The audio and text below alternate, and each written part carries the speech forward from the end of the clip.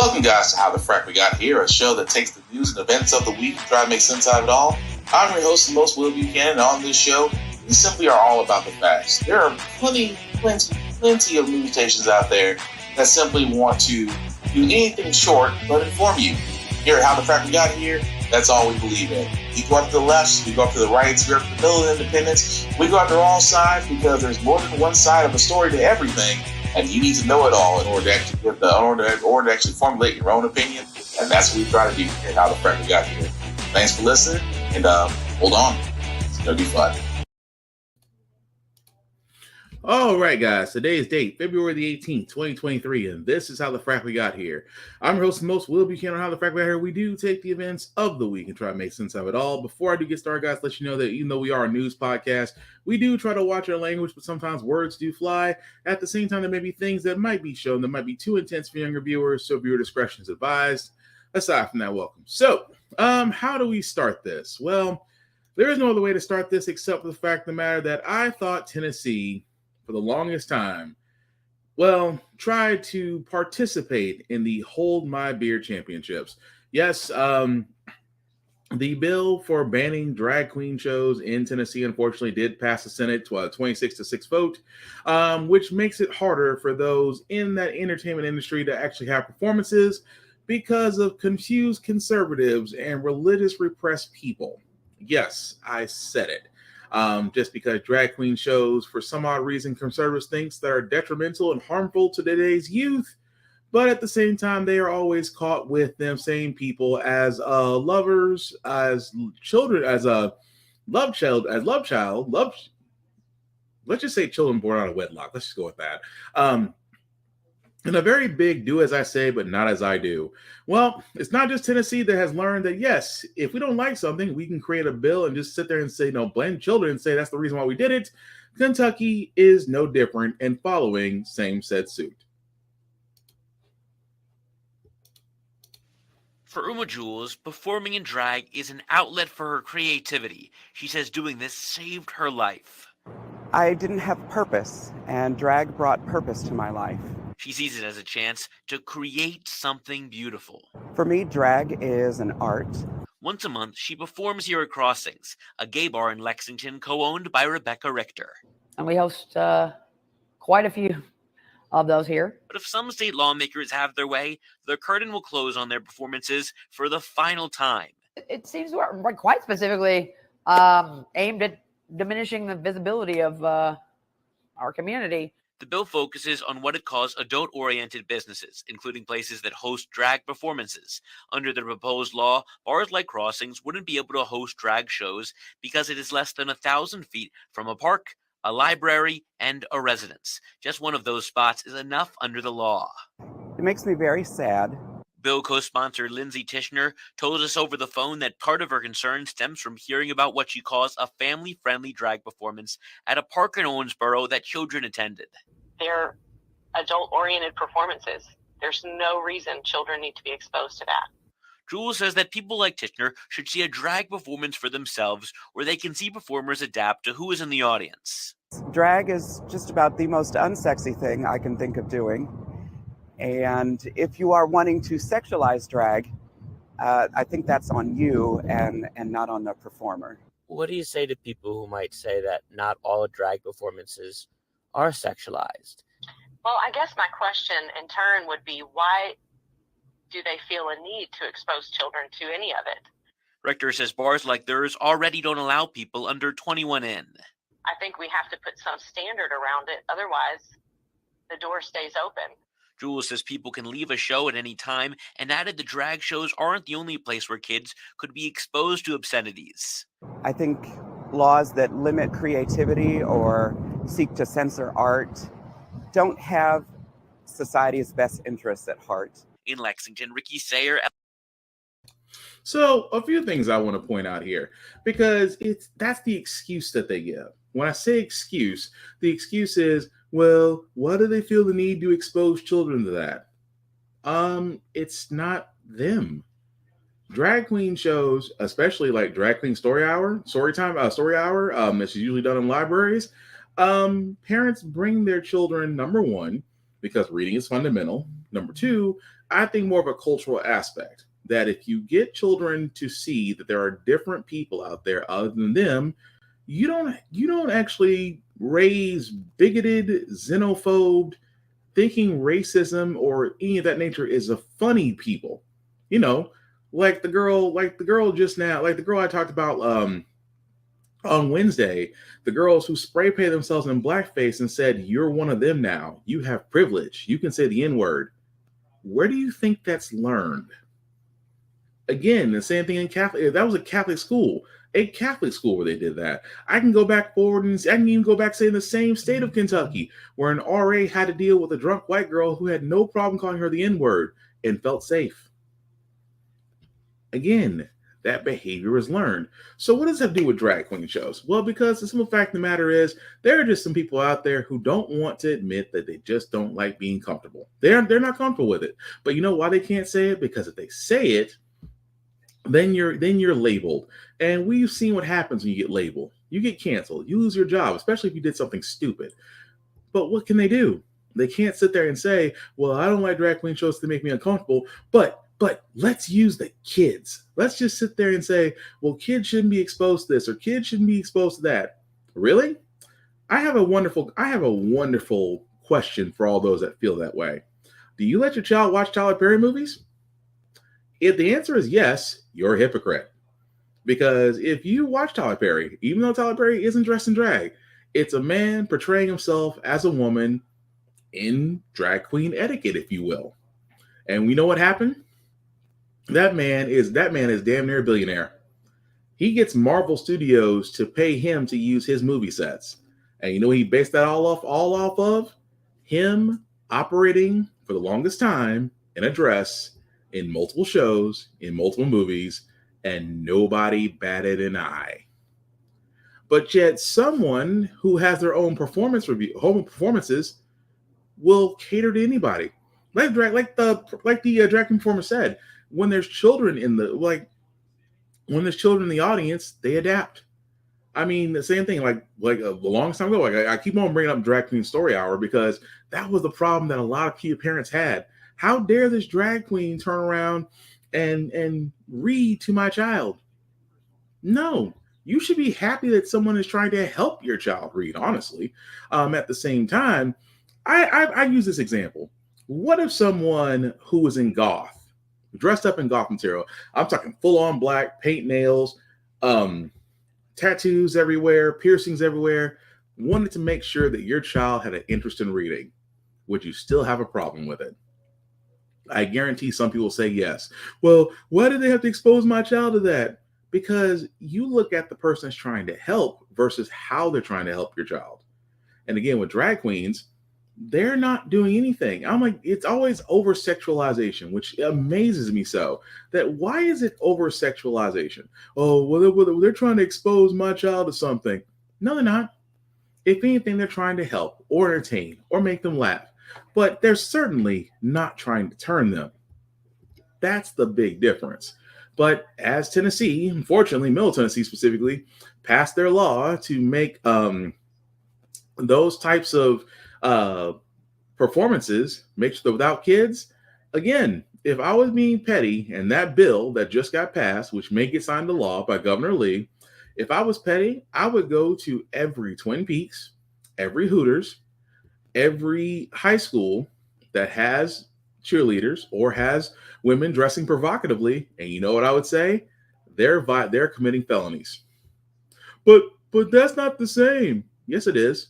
Adult performances, as described by the law, means that if women are present and you have a woman that's dressed up in Hooters, and we've all been to Hooters, we've all been to Twin Peaks, it fits the law. And if you have a problem with that, you're a hypocrite. But just want to point that out. Moving right along, guys, I wanted to cover this story because, again, when it comes to LGBTQ plus community, right, it amazes me the level of ignorance people have when someone of that caliber, who also is an established, educated person, they just can't seem to get past certain questions. Much like this lawmaker decided to ask this pharmacist who has her doctorate in pharmacy, decided to ask her a question that was, well, beyond inappropriate.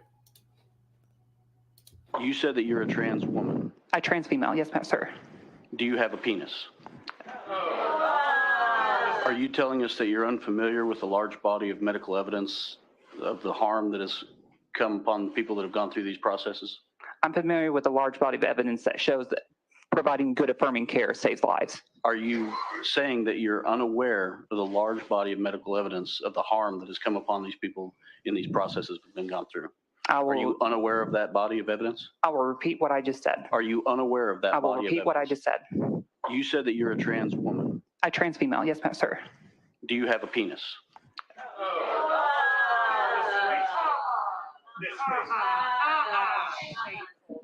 That's horrible. You're the one that brought that into the discussion. You're the one that never said anything about genitalia. Oh, it has everything to do with genitalia. I don't know what my rights are right now. Audience, if you want to stay in here. I don't know what my rights are, but that question was highly inappropriate. You do not have to answer any question. If you're through, we'll dismiss you.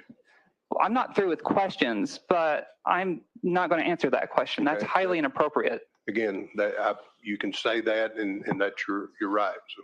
Okay, I'm a healthcare professional, a doctor. Please treat me as such. Next question, please. Are there any other questions? Crazy, isn't it? Crazy. That, yes, that if you want to know, that was Republican State Senator Matt McKee, who decided to ask a transgender healthcare professional, are you equipped with that apparatus? And the reason behind that is because this is going behind gender care for trans people. Keep in mind that a lot of states, mostly mostly conservative states, have basically put into laws that gender care, gender affirming care for transgender people is actually outlawed. And that in Arkansas, of all places, because you would think in Arkansas the cousin law is a little bit more looser than anything else, but I digress. Are going, and it's like you have these lawmakers who are trying to, and keep in mind, this is another thing about lawmakers before I go into this rant. I don't get lawmakers who are on certain debates that lack education in certain area. For example, I truly believe that if you're not transgender, then you cannot talk about care for transgender people. I don't think you don't have a leg to stand on, unless your overall answer is that yes, the care for transgender is just the same care as any other human being, regardless of their preferences. Aside from that, you don't have a leg to stand on in the fight. But you have these, unfortunately, conservative state lawmakers and senators who are asking questions that have nothing to do with the debate of trying to get these individuals the care and support that they need. This kind of goes back to what I was saying, that where a lot of these people out here, they over-sexualize. And it just makes you think. It makes you think exactly what is going through their heads when you hear someone say, okay, I am different from you, but you have some people out there that just tend to over-sexualize it. Case in point, you just heard that one where it's like, okay, do you consider yourself transgender? Yes. Do you have an apparatus? What does that got to do with anything?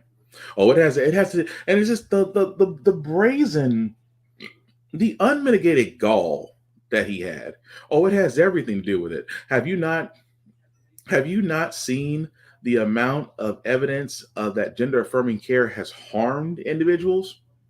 And that's conservatives like to stand on. It's a talking point.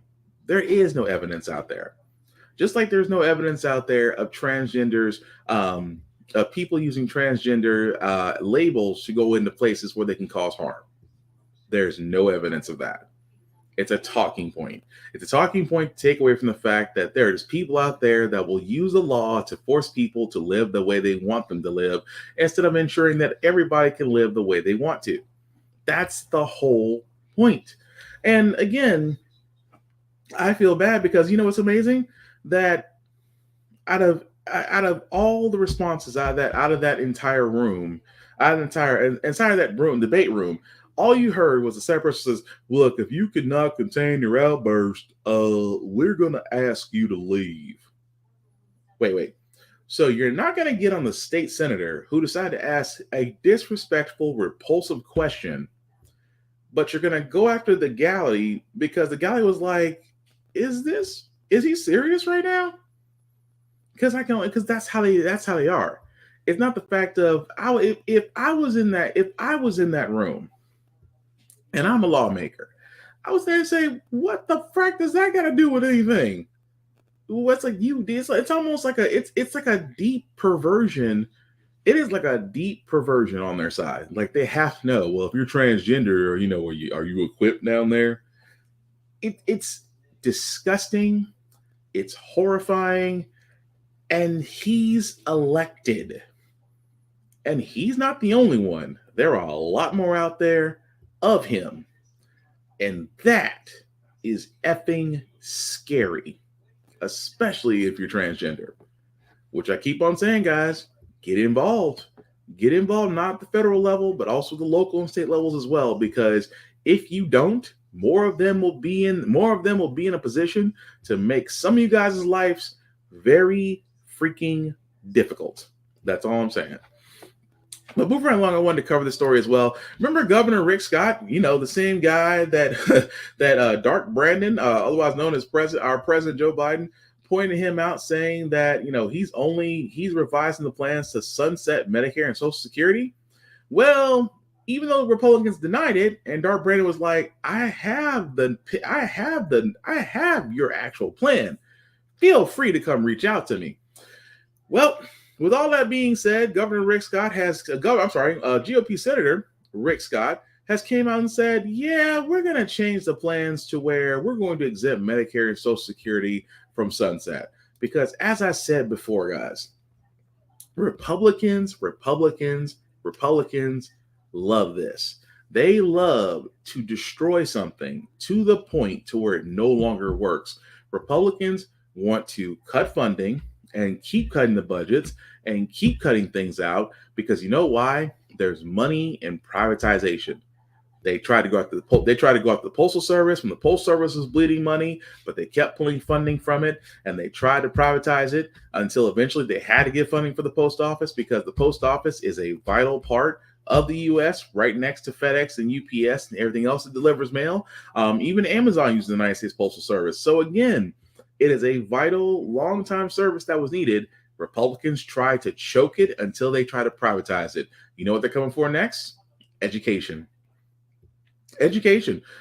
Schools, especially in Republican-controlled states, they're going to choke education to the point to where, number one, grades are terrible. Graduation rates are dropping. You have more dropouts than graduates. They're trying to get to the point to where schools are so bad that they can privatize them. And bonus, if you do have religious or charter schools in your area, guess what? Republicans will try to get them public funding. Keep in mind, charter schools and religious schools cannot get public funding because they are not considered part of the public school system. Republicans have been trying to change that for years. And how can they change that? School choice. Oh, you can send your kids anywhere you want to. By introducing school choice, you introduce public funding to charter and religious schools. The same schools who, by the way, get tuition from their parents. And as a person who pays tuition, trust me, them schools are well off. But getting public funding, which means it takes away from other public schools who desperately need that money much more than those charter and religious schools do, means the end of public education. It becomes privatized. Why do I say that? Because Medicare and Social Security right now are cash boons. Republicans are foaming at the mouth to actually try to sunset those, privatize them, because there's money in both programs. Here's the problem. The problem is a lot of people depend on Social Security and Medicare for their prescriptions, for disability payments, things of that nature. They're also voters. Keep in mind, we just finished the midterms. The presidential race is just next year. And candidates are already starting to come out the woodwork. Biden is gearing up for his next re-election run. Trump, if he's still out of prison. If he's not in prison yet, we'll be doing his campaign run. And you have people coming out the woodwork on the Republican side because right now it's Trump versus GOP. The GOP is no longer backing Trump. They're trying to separate themselves as far from him as humanly possible. Now, that being said, Rick Scott has changed his plan because if the GOP decides, oh, well, maybe we shouldn't actually try to go after our voters because, again, if you go after Social Security, if you go after Medicare, if you go after all these things that where the majority of the voters are, guess who they're going to vote for? Not you. So again, I can see why Rick Scott all of a sudden, oh, well, we're going to exclude that from the Sunset Plan. Why? Because I said before, when it comes to the GOP, it is all about privatization. Privatization equals profit. Simple as that. But speaking of things that just don't make any sense, and I say this because I find myself sticking to Tennessee for the better part of this weekend edition. We did actually, again before, we did have our state and midterm elections. And even this one, I swear to you, if Tennessee is not racist, after this, nothing will convince you. A young man who became one of the youngest Tennessee state representatives, right? This is him right here. That man right there, Representative Justin Pearson, right? By far one of the youngest state representatives for Tennessee. As you can see, getting sworn in there. And you'll notice he's not wearing the traditional suit and tie. He is actually wearing a dashiki, which again, nothing wrong with that. Dashikas are very comfortable. They represent African culture and heritage, and I think they're pretty cool. Now, as you can see right there, he, as he's swearing in, it's a great day because I always love to see somebody else than unseasoned mayo becoming elected officials in Tennessee. That being said, however, he was criticized for his attire, saying, especially by another representative, David Hawk, who sat there and said, well, traditional lawmakers wear suit and ties on the House floor. What he meant to say was, Black people should follow suit. As he sat there, as Representative Pearson has said, quote unquote, there's nothing in the rules about attire at all, which he's exactly right. There is no rules for attire when it does come to state representative house. You can come in there plain clothes and they can't say anything to you or try to scold you because, again, not part of the rules. But he did point into there and say a white supremacist has attacked my wearing of my dashiki, that the status quo ought to make some people feel uncomfortable. And again, it's amazing where in that same breath, the Tennessee House GOP tweeted that if Pearson doesn't like the decorum rules that were approved in a bipartisan manner, he should explore a different career opportunity. And they said this is far from a racist attack. Yeah, he's made some people uncomfortable, and I dig it because again, it's a dashiki.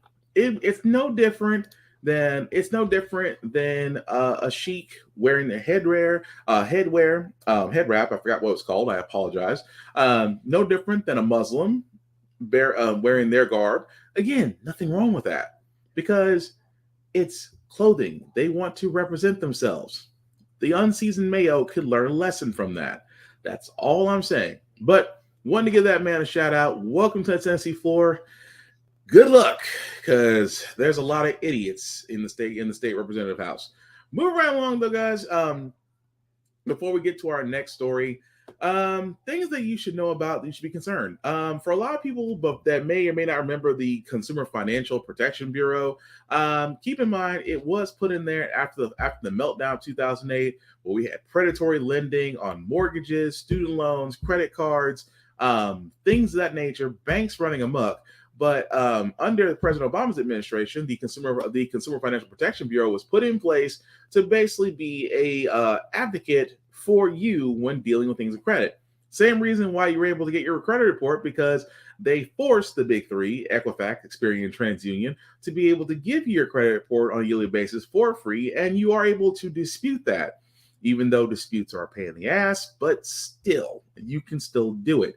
That being said, however, over the years, especially in the Trump administration, they have tried to gut the Consumer Financial Protection Bureau, which now is in the hands of the Supreme Court to be looked into. Now, keep in mind, It is a case that's being listened to by the Supreme Court. They haven't officially taken it over yet. But if that is the case, they could hear that. They could actually take that case and hear opening arguments. Now, keep in mind, if the CFB is, it's a lot of acronyms. If the CFPB is actually stripped, that means that it's going to be harder for you to do disputes, harder for you to go up against credit agencies, harder for you to do a lot of things just because that is put in place for consumer protections.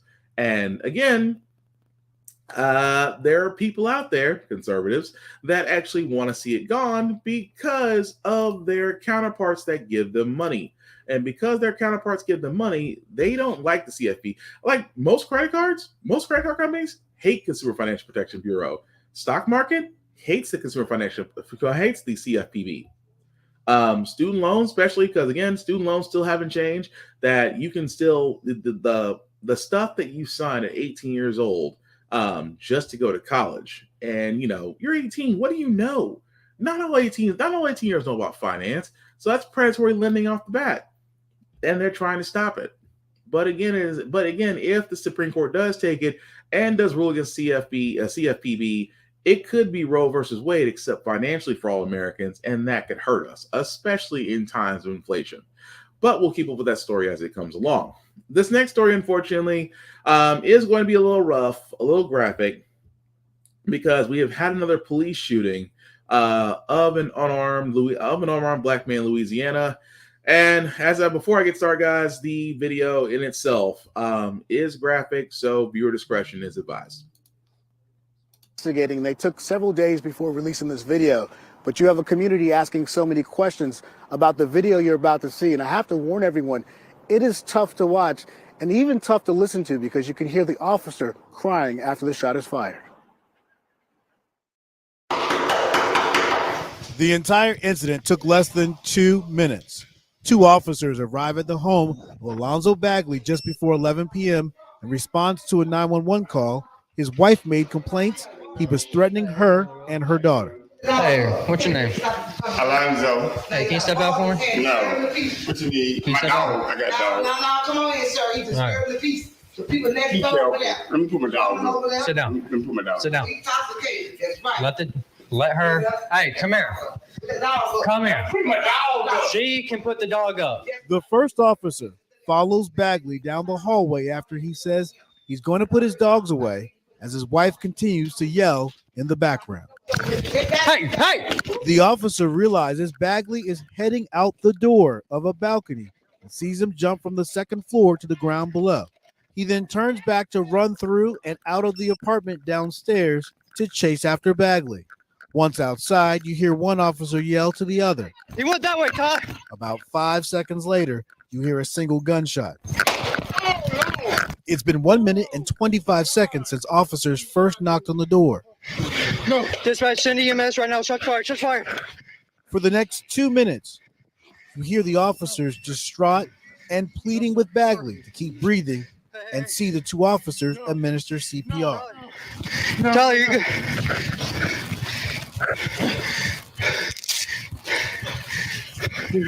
Hey, No.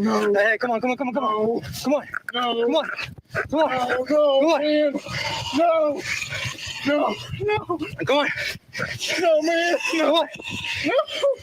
You're good. No, man. Come on, dude. Dispatch. Come on, man. Send EMS right now. 1018. Come on, dude. Hey, come on, dude. Stay with me. Stay with me. Hey, put pressure. Put pressure. Stay with me, man. Come on. Come on. You're good. You're good, bro. Stay with me.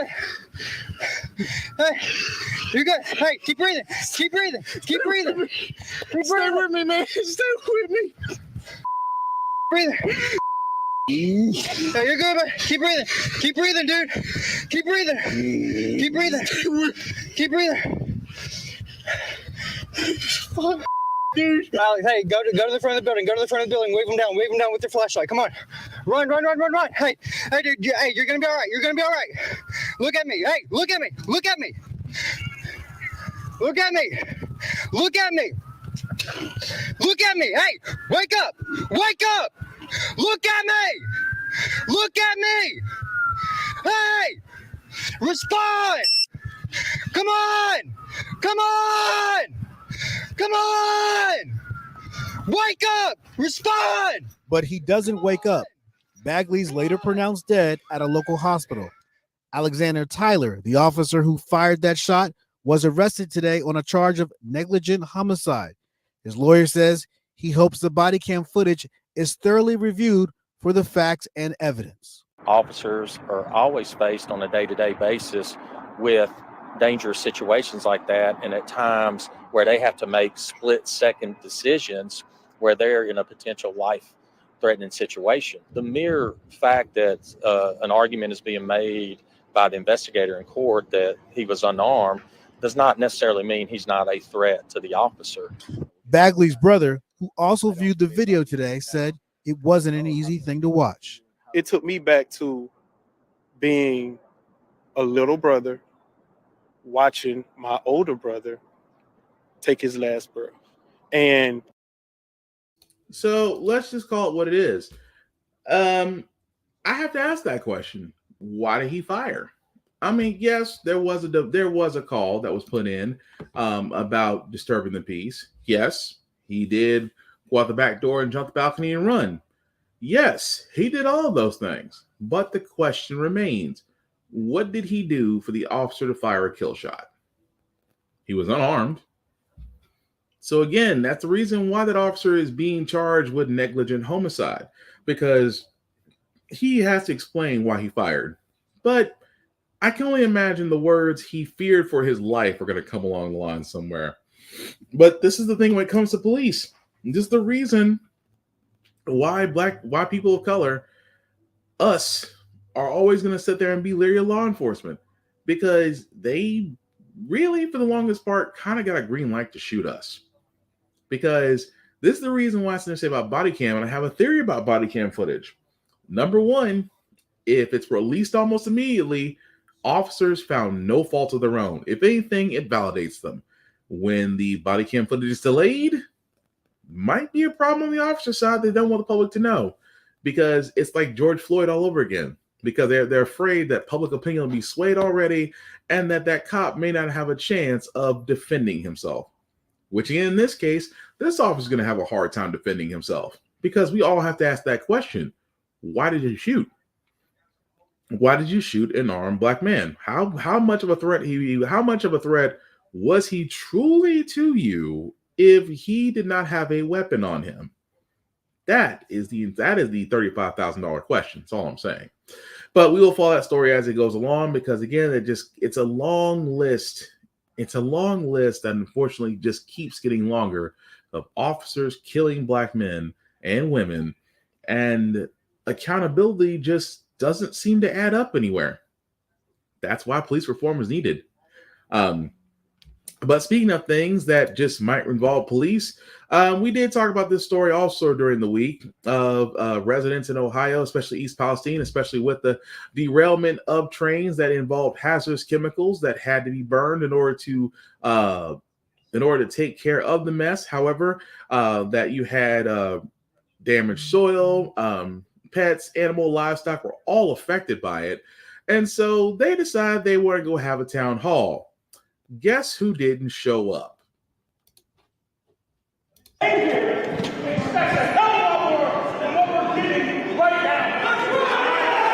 Frustration, anger, and unanswered questions in East Palestine, Ohio. Are my kids safe? Are the people safe? Is the future of this community safe? The mayor leading the meeting, at times speaking through a bullhorn to answer questions from distressed residents, still worried about returning to their homes, despite evacuation orders being lifted last week. The railroad did us wrong. So far, they've worked with us and they're fixing it. But if that stops, I will guarantee you I will be the first one in line to fight that. Officials trying to answer the community's questions. That evacuation notice has been determined by the Department of Transportation and other subject matter experts based on previous incidents. Is everybody satisfied with my answer? As many residents are demanding more testing of air, water, and soil. We're not going to let them stop the testing until you're satisfied. That's when the testing stops. Not present at this community meeting, Norfolk Southern Railroad. No, Norfolk Southern didn't show up. They didn't feel it was safe. In the 11th hour, the company that owns the train that derailed sent a statement saying, unfortunately, after consulting with community leaders, we have become increasingly concerned about the growing physical threat to our employees. Okay, well, if you're afraid that somebody from Palestine is going to hurt your employees, what exactly did you do to us? You feel the anger and frustration. I'm scared for my family. I'm scared for my town. I grew up here. I'm related to 50% of them. Cleanup efforts are underway. The governor telling residents Wednesday the municipal water is safe to drink. His statement comes after new test results from the State Environmental Protection Agency found no detection of contaminants. Officials say the toxic spill was largely contained the day after the derailment and that tests have shown the air quality is safe. They are still suggesting those with private wells get their water tested. I need help, and I'll do whatever it takes. Whatever it takes. So yeah, you can understand exactly where they're coming from with that. Because it's easy to sit there and say that everything is safe when you're literally nowhere near nowhere near the site of the accident. And of course, the train company that's involved, nowhere to be found. Why is it nowhere to be found? Well, aside from explaining what's in the next clip, what's going on with the pets and things of that nature over there, they decided to give a little bit of a notice. And again, it's weak sauce. At the County Humane Center, Teresa McGuire says she hears about sick pets and livestock every day. We're hearing a lot of this. We're hearing a lot of decreased appetite, not wanting to drink. If they do drink, they're throwing up. Luke Lavin says he's too afraid to return to his home half a mile from the crash site. I don't want to go home because I don't have the answers to go home. Anger mounting in East Palestine, nearly 2 weeks after a fiery train derailment and controlled burn of hazardous chemicals sent a huge, dark, toxic cloud over this rural community. And despite almost daily assurances that days later it was safe for thousands of evacuees to return home. What do you say to people who are just scared? You know, I say, first and foremost, I'm a father, a husband. All families want to be safe, and they need to know that their air is clean and their water is safe to drink. Today, the country's top environmental official here personally trying to reassure residents. Was it the correct call to tell people that they could go back and end the evacuation? You know, the state made that declaration in concert with both governors in Pennsylvania and Ohio. The state made the right call based on the data that we have. Officials promising to expand environmental testing to areas further from the crash site, and urging residents to seek medical attention if they are feeling ill. Norfolk Southern, the train operator, telling the community we will not walk away, posting an open letter after saying it feared for its employees' safety if they attended a recent town hall meeting. The company is facing demands for more accountability. They need to be here in the community. They need to be answering questions. Another of Norfolk Southern's trains derailed this morning in Michigan. No hazardous materials aboard, no injuries, the company said. Meanwhile, in Ohio, residents keep a stockpile of bottled water and worry. And you're saying it's okay, but don't drink the water, use bottled water. That doesn't make sense. You know, Ron, lots of assurances, but residents there just don't seem to trust what they're being told. Exactly. And officials here say they're being transparent and posting as much information as they can online, like test results. But at the same time, we talked to residents who say they want more independent experts here, not just government officials and politicians. And can you blame them? Because it's the fact of the matter is, when you sit there, I'm going to go first and foremost, when you are sitting there and you're saying that, hey, we cannot attend your town meeting because our employees' safety concerns. Our employees' safety concerns. About what? There's not going to be violent people at these town halls. They are going to want answers. And you would think, for the simple fact of the matter, it's like, okay, well, if they want answers, we should be able to give them answers. But things have a greater impact when you're in person versus you giving press conferences from your nice little security-laden place. I mean, even representatives that you see coming forward was like, they had state troopers right next. They had state troopers and law enforcement officers right next to them.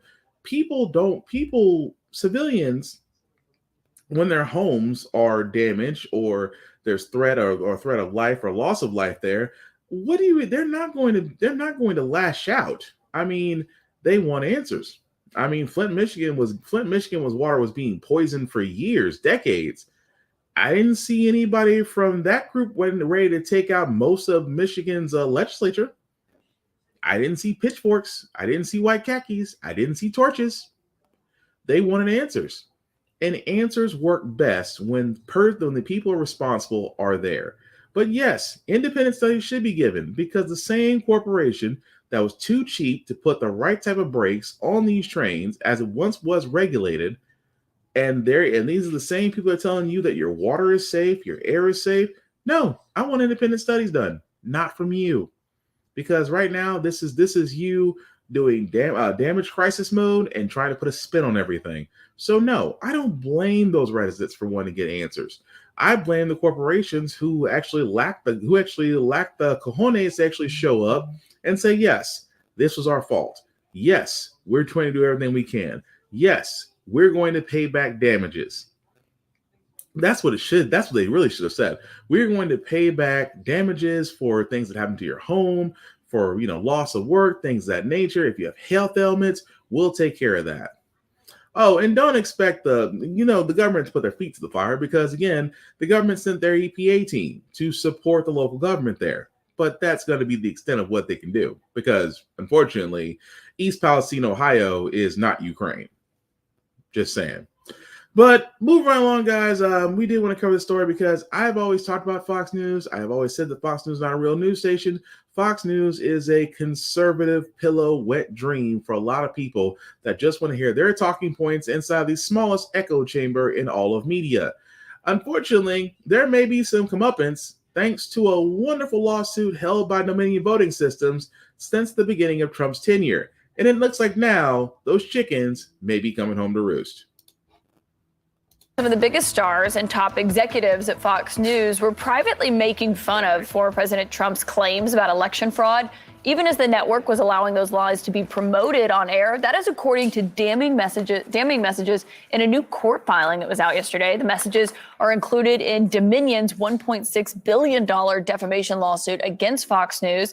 They show that Tucker Carlson, Sean Hannity, Laura Ingraham brutally mocked the 2020 election lies that Trump and his allies were pushing at the time. In one exchange, Carlson texted Ingraham saying that Sidney Powell, that attorney who was in and out of the Trump White House, was, quote, lying and that he had, quote, caught her doing so. Ingraham responded, Sidney is a complete nut. No one will work with her. Ditto with Rudy. He continued, quote, our viewers are good people and they believe it. Joining us now with his reporting on this lawsuit is CNN senior media reporter Oliver Darcy. It's remarkable to see these text messages, but also to have seen what was being said publicly. I was covering the White House at that time to see how White House officials were watching to see what Fox was saying about the election. I think these messages really just expose Fox News as a propaganda network. That's what they do at the core. I mean, they show in excruciating detail that the highest ranking executives at Fox News, Rupert Murdoch, Suzanne Scott, the CEO, as well as some of the top hosts, like you just mentioned, Sean Hannity, Tucker Carlson, Laura Ingraham, they privately knew these election fraud claims from the Trump team were nonsense. They used very harsh language to describe them, but they allowed these lies to take hold on the network's air. And these messages show that the talent over at Fox News and the executives were very worried after the election of the audience rebelling, that they were going to Newsmax. You'll remember that Donald Trump was attacking Fox News, saying, turn the channel, go to this Newsmax channel, which is saturating the airwaves with election denialism. They were worried about this. And not only did they turn a blind eye to the election lies, but they even, in some cases, tried cracking down on those who were fact-checking Trump. There's one case where White House correspondent Jackie Heinrich, she fact-checked Trump, and Tucker Carlson and Sean Hannity behind the scenes were talking about getting her fired. That's how lacking of basic journalistic ethics were at place at Fox News, and these messages really expose it. Yeah, and we've seen what Fox said about this audio. You know, they said there'll be a lot of noise and confusion generated by Dominion and their opportunistic private equity owners, but the core of this case remains about the freedom of the press and freedom of speech. Yeah, I mean, briefly, can you remind us why Dominion cares about Yes. this? Because that's why this lawsuit matters. Well, a lot of the election conspiracy theories were focused on Dominion, basically focused on these voting technology companies, suggesting that they may have allowed the election to be rigged. And so they are arguing that it was because Fox News advanced these theories because it was in their business interests. And that's why we're seeing these messages come out today.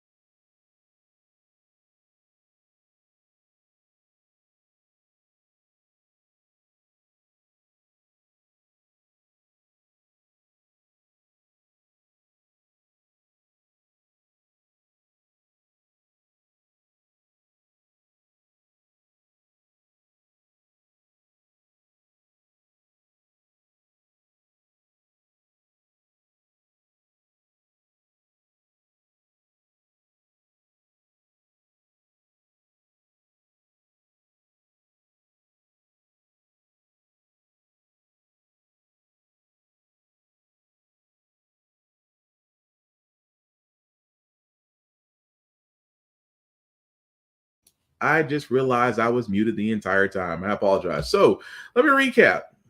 Fox may go down because why? Because Dominion has all the receipts, and now you have text messages from the three-headed Hydra. That means that at the end of it all, Fox News may take a hit, but unfortunately, they are still considered to some a news station. There's just no ifs, ands, or buts around that. As much that's messed up. But speaking of messed up, Ron DeSantis wanting to whitewash Black history. That story just doesn't end. Calling for diversity and inclusion amid an ongoing feud over a new AP African American Studies course. Governor DeSantis suggested the state could sever ties with the College Board, which offers advanced placement courses and the SAT, after the board accused state officials of slander and misinformation about a new AP African American Studies course. The controversy comes as Missouri's Rockwood School District is dealing with a number of resignations amid a campaign to get rid of their school's diversity, equity, and inclusion programs. 3 of those programs have already been cut. ABC Start Here Daily podcast is taking a deeper look at this issue, and host Brad Milkey is here with more on this. Brad, thanks for coming on. I know Rockwood is a predominantly white district, but many Black students are bussed in as part of a desegregation program. So walk us through, where does this controversy start? What are the arguments here? Right. Well, you know, we've been talking so much about critical race theory, which civil rights advocates say is kind of a red herring. Like, critical race theory is not taught in K through 12. But what these advocates say is what this has provided is a chance to get rid of programs that actually do exist in areas like St. Louis. So St. Louis is a great example because, like you said, historically very segregated school districts, very white districts, very Black districts. Black parents actually have the option of sending their Black kids to these predominantly white districts, which are traditionally better funded. And so as a result, you've got programs at some of these schools that are meant to make some of the minority population feel more empowered, like a program that takes 50 middle school diverse, a diverse group of 50 middle school girls and teaches them about self-empowerment and entrepreneurship. What has been happening is parents have been complaining that these programs actually are sort of segregating the school, and they've systematically been asking the school board to roll these programs back. Now, you spoke to students of color in Rockwood that were or still are involved in some of these programs. What are they saying? Right. We talked to a couple seniors, Kylie and Sam. And, you know, just to give you an example, Sam is originally from Kenya, came to the U.S. as a kid. And he says, you know, think about this through my eyes. I grew up in this predominantly black country. Now I'm in this predominantly white school district. It's not that many people that look like me. And yet there were teachers and administrators along the way saying, hey, we had this program that will hopefully make you feel a little bit more included, a little bit less alone. He said that was a complete game changer. Kylie says that she actually wants to go to college, come back, and really help the racial segregation problem in her town. They say these programs are essential for that. And yet you've seen more and more at these school board meetings, parents saying, what are these programs actually getting our students? They're actually making the white kids uncomfortable. So we should start to roll these programs back. So what is the center of that argument? What's the basis of that argument? And where does this go from here? Right. I mean, there's two main things that parents have been saying, predominantly white parents at these school board meetings. One is transparency, which is that can we be sure that some of the administrators that have been pushing this don't stand to actually benefit financially from these contracts? Because there were questions about some relationships there, Yeah, that's right. Like if a school administrator is saying, hey, you know, we should bring in this non-for-profit program when that person sits on the board of that non-for-profit program. So that's one of the issues. But more and more, you saw parents continually saying these programs don't benefit all the students. By that, they mean the white students. One of the parents specifically said they don't benefit all the tax-paying families in the school district. What do they mean by that? Well, remember, a lot of these black students are bussed in. So when they're talking about tax-paying families in the district, a lot of black families hear that and they think, oh, I see. It's enough that our kid is in the district. These parents don't want to pay extra to make our kid feel more comfortable. So what's the way forward here? Because there have been several administrators, at least 3, I think, who've resigned, 5 a longer term, but since kind of this more acute argument has been happening. They've cut at least 3 programs so far. So what happens from here? Have they found a middle ground, or is this going to continue? Well, no, I think this continues. In fact, just in the last year, 3 different administrators, it hasn't just been enough that the programs have been cut. You've actually had parents going specifically after the administrators by name, flooding their inboxes saying, this is on you for even bringing this program here to begin with. And at this point, 3 different administrators in Rockwood School District have resigned, citing public pressure. We tried to talk to several of them. None of them felt comfortable going on the record with us. That's how fraught this has become right now, that people are actually laying low because of how intense these conversations are becoming. All right. Well, we appreciate you getting involved in there. I know. That's crazy, isn't it? That when it all comes down to it, you know, when you're just trying to ensure that history is being taught and that not just whitewash history to make white people feel great, but the fact that you also want to make sure that black history is being taught as well. And it's amazing that when you teach black history, you are teaching real history. And as I said before, America has to talk about its dark spots. You do have to talk about slavery. You do have to talk about the internment camps that you had at one point. You do have to talk about the fact that you try to commit genocide on Native Americans. Previous non-raisin potato salad warriors try to do. You have to talk about the dark spots. You have to talk about you have to talk about the black towns that were rioted, massacred, drowned. You have to talk about that. Why? Because that's America's history. America's history is not all sunshine and rainbows and we did everything right. No. It is plunder, it is murder, it is genocide, it is all those things and then some. Because again, that is history that we need to know. And if it makes a few unseasoned male people uncomfortable, it should, because that's your ancestors. I can only imagine that every time you have read about the destruction of Middle Eastern races and what they've done in the past, you don't blink an eye. Why? It doesn't affect you. But when you find out that it's your own folks that did it, now all of a sudden you're in your feelings. Miss me with that BS. Again, with dictator DeSantis in Florida, it's almost like he can do whatever he wants. And the fact that a lot of people think the way he thinks is effing scary, considering he's considering a presidential bid in 2024. And like someone said before me, if you thought Trump was bad, wait till the next one. The next one is going to be worse because he's not going to get caught. And that should, if that doesn't wake you up and get you informed, I don't know what does or what will. But speaking of things that are getting informed, also presidential hopeful Nikki Haley, if that is her real name, which we know it's not, has decided that not only is she running for office, that she wants to input a complacency test for older politicians. Yeah, you just can't make this up. His annual physical exam today. The president has faced questions about whether his age could preclude him from running for re-election. Yesterday, Republican former South Carolina Governor Nikki Haley kicked off her campaign for the GOP nomination, proposing a mental competency test for politicians over 75. White House correspondent Karen Travers joins me live now for more on this. Karen, thanks for coming on. I know you talk to radio hosts across America every day. So what are they focused on when it comes to President Biden's health? Yeah, Diane, tying that physical today that the president is getting to that potential re-election campaign for the 80-year-old president. The president said in a recent interview that he is a big believer in fate and that if there were some health reasons that would prevent him from doing his job fully, he would be honest with the American people. Today, we'll get details from his doctor about his health and how he's doing. When he had his physical in November 2021, his doctor said he was healthy, he was vigorous, and he was fit for duty, but did notice two things compared to previous exams: a stiffened gait, a little difference in his walk, and more frequent throat clearing. Diane, two big differences from that physical a year and a half ago. He's had COVID since then. He had that rebound case of COVID after taking Paxlovid, and we all remember when the president fell off his bike in Rehoboth Beach, Delaware, but of course he didn't require medical attention. So the White House is expecting he'll get another clean bill of health. We should get that from his doctor later today. And what's the reaction to Nikki Haley's campaign and her proposal of a mental competency test for older politicians?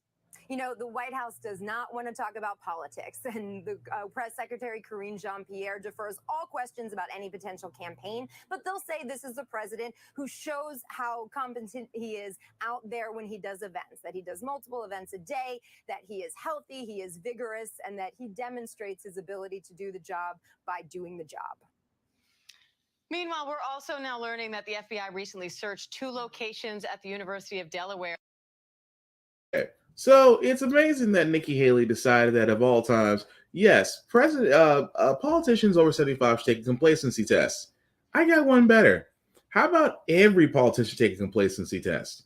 Because why not just limit it to older citizens? I've said it before on this show that I do think those that serve as a representative and those that serve as a senator should be placed in the same terms as the presidential office. You get to serve 2 consecutive terms, and then you have to sit 1 congressional session out. I guarantee if we implemented that at the House and at the Senate, not just the federal level, but at the local level, watch how fast things change.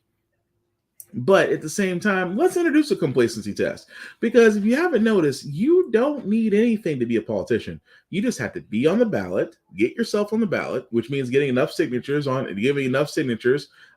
your home, in your district to get on the ballot, get voted in, and that's it. Win your election. Win your election, win, you're in. No degree required, no degree or experience required. And that is saying a lot, especially if you're a judge. A judge, same way. To be a judge in your home state for a lot of states, no formal no formal knowledge of the law or being a lawyer or prosecutor, no longer required. Not required at all. People off the street can be a judge. And that could go sideways very quickly. But again, complacency tests should be put in place, not just for politicians over 75, but for anybody that wants to join. Why? Because I want to know exactly the type of people that are trying to run for office so bad, because I wonder if we had that complacency test in place with a certain pass degree, for a certain pass fail, would Marjorie Taylor Greene really be in the House of Representatives right now? Would Jim Jordan as a senator? Would Tim Scott be a senator? I'm not just saying Republicans, but let's be honest, a lot of them wouldn't cross the bar. But also Joe Manchin, Kristen Sinema, would they be? Nancy Pelosi or Chuck Schumer, would they be? Now keep in mind, notice I didn't say AOC, notice I didn't say any of the squad because, well, they're educated. I didn't mention Bernie Sanders because even at his age, he still knows a lot more about what's going on than most of the younger politicians. But what a nice thing. It's a nice thing, Nikki Haley, but good luck trying to be presidentially nominated among a group of people, especially the GOP, that does not like women at all. But go for it. Moving right along, guys, I wanted to cover this story as well because imagine you are working the graveyard shift. For a lot of people that do work the night in graveyard shifts at most processing plants, except in this processing plant, there are immigrant workers under the age of 13 working at this plant. And somehow it went under the radar until a whistleblower finally said something. And keep in mind what I just said. 13-year-old children working a graveyard shift at a processing plant. And you wonder why we have child labor laws. In Grand Island, Nebraska, dozens of workers file into one of several slaughterhouses across the Midwest. And tonight, officials from the Department of Homeland Security tell NBC News federal investigators are looking into whether 50 children who were illegally employed by Packers Sanitation Services, or PSSI, some as young as 13, were victims of human trafficking. In August, the Department of Labor opened an investigation into PSSI, scouring company records from 50 locations. So far, they say, at least 50 children were found to be working graveyard shifts for PSSI and at least 5 locations, including the Grand Island plant and a second JBS Foods plant in Worthington, Minnesota. Audrey Lutz has been helping migrant children who say they worked at the Grand Island plant. It was the hardest phone call of my career to receive, that there were children and young children, 13 and 14, working out at the meatpacking plant and on the cleaning crew. In court filings, the company did not deny hiring children, but attributed it to rogue individuals who presented fake identification. You met them. Did they look like adults to you? I would have a hard time ever calling the people I've met with adults.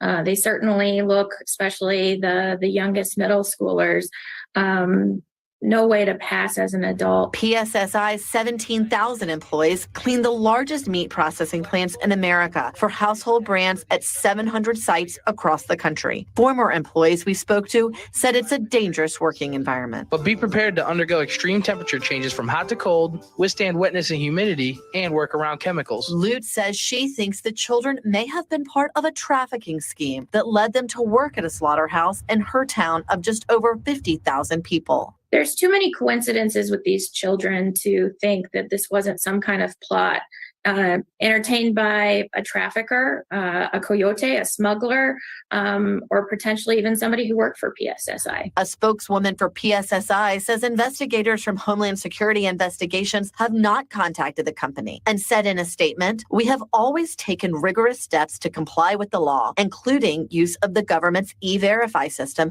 for new hires, extensive training for all hiring managers, multiple audits, and use of biometrics." So far, no penalties or fines have been imposed, but Lutz is calling for accountability. They are responsible for hiring minors and noticeable minors in facilities across the country, and they need to pay that price, either financially or criminally. All right, Julia Ainsley joins us now from our Washington, D.C. bureau. Julia, you have reporting. I know that DHS is also looking into whether the children were possibly victims of human trafficking. That's right. And DHS investigators have said that they've so far found no indications that the company, PSSI, actually would have been part of a trafficking scheme so far.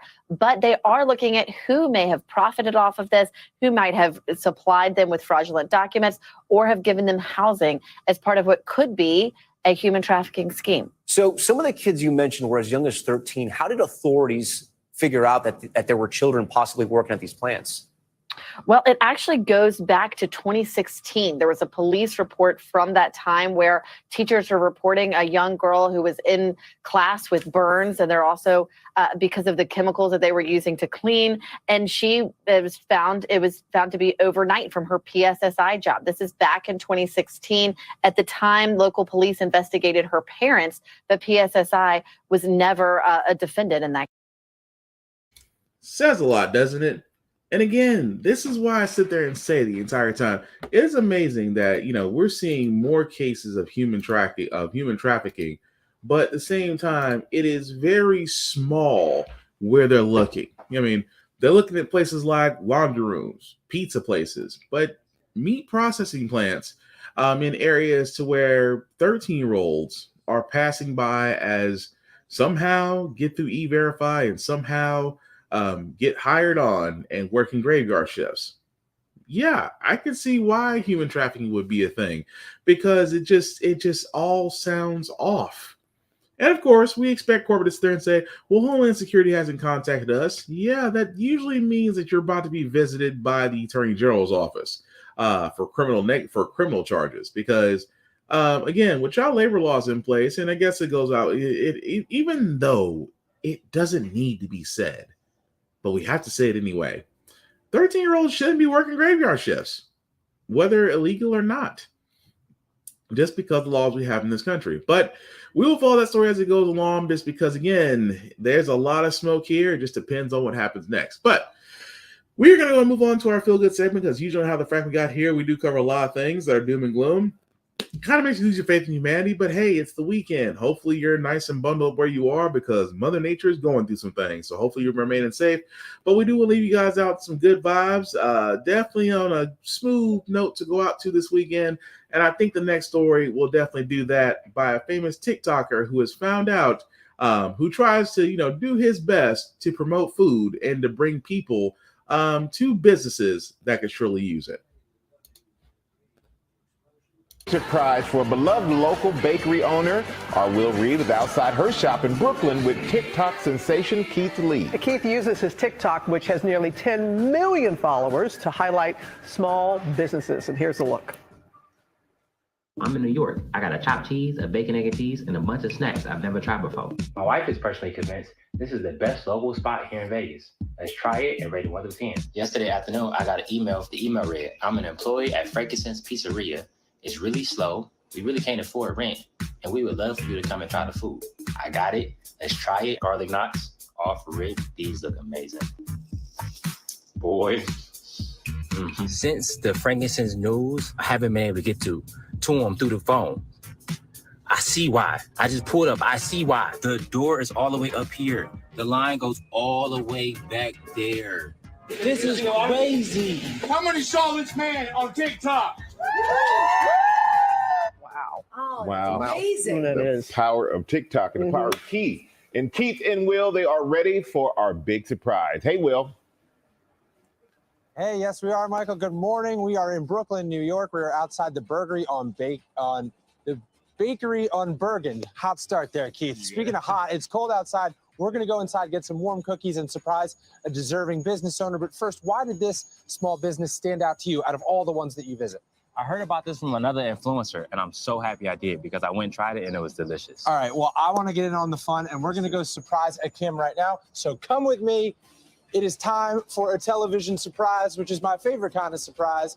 And hopefully Kim, the owner and operator here, feels the same way. We will let our camera go in first at the bakery on Bergen. I got to get that right.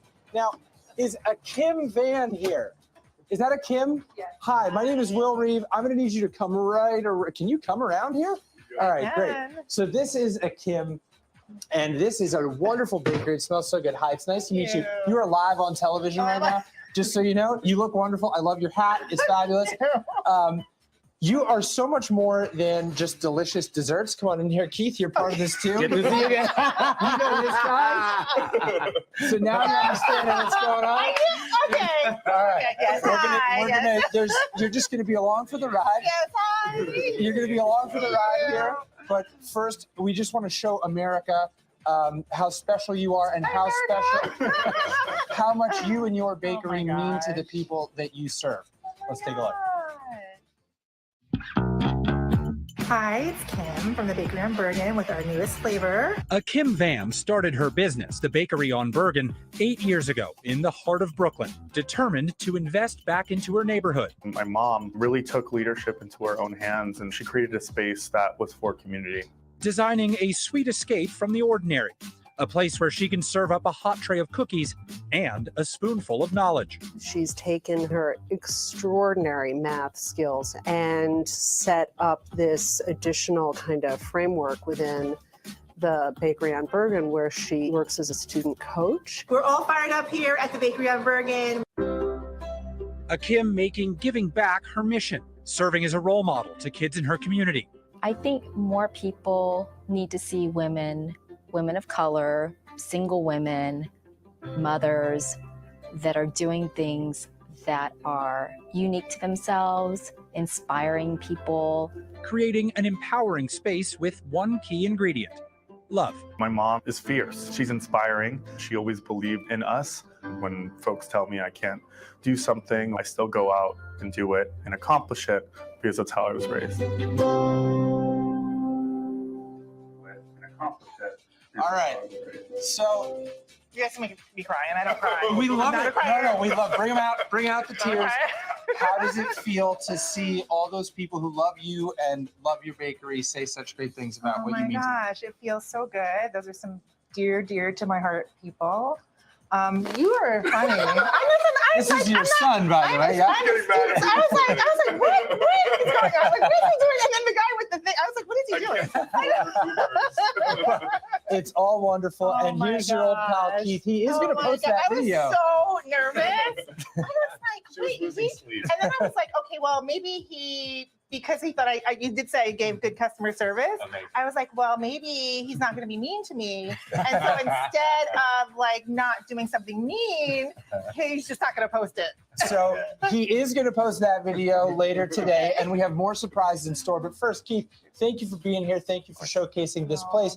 And my question for you is, what made your experience here so special? Kim did. Your customer service was through the roof. You had no idea who I was. I did not know who you You made your green tea latte for me like 4 times. We're big on that. Like, we want people to have Customer it. service was Exactly. amazing. And the chocolate chip cookie, crazy. That's where I want to come back in, because you talk about the customer service. It's clearly a wonderful place, but I would like to have a cookie. I hear the salted chocolate, the sea salt She chocolate told me chip. it was the best one. Okay. It was right. And can we? These look like so, cookies. Yes, those ones right there. Okay, I'm just gonna chocolate chip dive cookies in. with I'm not gonna be smoked precious sea about salt. it. Oh, there's Yes, a little that was paper so on the bottom. dipstick. Yeah, we Would just you threw it right gotta up have down one too, there. man. It'd be an honor to do like a food review Look how with you. soft they are. You got cheers. Oh, Yeah, I already went into it. Look how soft that is. No, see, he's the It's all- TikTok it's all pro. my He hand. He knows how to show it off. Oh my gosh. So, talking with a mouthful on TV is not really good form. So good, right? I also don't really know what to do with this cookie, but we do have a few more surprises. So, you're on Good Morning America. Oh, it's good morning. We brought Keith, who is going to do that video. He's going to post it. Hopefully, that'll bring a whole lot more people in to have these I can delicious go back cookies. to sleep now. Wow. I'm literally I don't know if awake. you're I'm going to like, be able to. what? I don't know if you're going to be able to sleep after I tell you this next part. Our friends at Duncan Hines are really into creating sweet moments. They heard about you. They Shut partnered with us, and they decided they'd like to bring you $10,000 for you and your bakery. Yes. Take this big check, please. You can't actually cash this one, but we will get you. We will get you what you need. Yeah, that's real. Oh my god. This is all for you. You can hold it. I've got to hold my cookie Oh my god. and my confetti. Yes. Guys, a delicious sweet success here at the bakery on Bergen in Brooklyn, New York. Thank you to Kim Van. Thank you to TikTok superstar Keith Lee. Thank you to all of you. Come visit if you're in the area. Maybe you can start doing, nationwide shipments with your 10 grand. Yes. Everything good? Thank you so much. Thank you so much. And her cookies are about as big as that All right, chip. guys. They are. They're delicious. Nah, I thought that was pretty cool. And now I want cookies. I just like to see great things happen to people, especially Black people and my melanated people and my seasoned male. But that's gonna do it for this podcast, guys. I do thank you all for watching, for liking, for letting people know this was live. I certainly appreciate that. Some shameless plugging before you I get out of here, because we do have new graphics and things coming along the way. But still want to shout out my buddy Big BZA Dot. Definitely check him out, Big BZA Dot on all socials. He usually, especially his beats page on YouTube, where he does have beats that he makes and he does put them for sale. Definitely check that out, as well as his TikTok. As for yours truly, guys, Black Fox 447 on all socials. I usually post and review things that I watch, that I play, that I read, that and just do, especially gym stuff, because I do a couple push-ups. At the same time, guys, the other part of this, the link that you see at the bottom, if I could just make that just a wee bit bigger, there we go. Make that basically, if you take that link, copy and paste in your browser, we'll take you to the link tree. That's the YouTube and Facebook groups for all of my podcasts.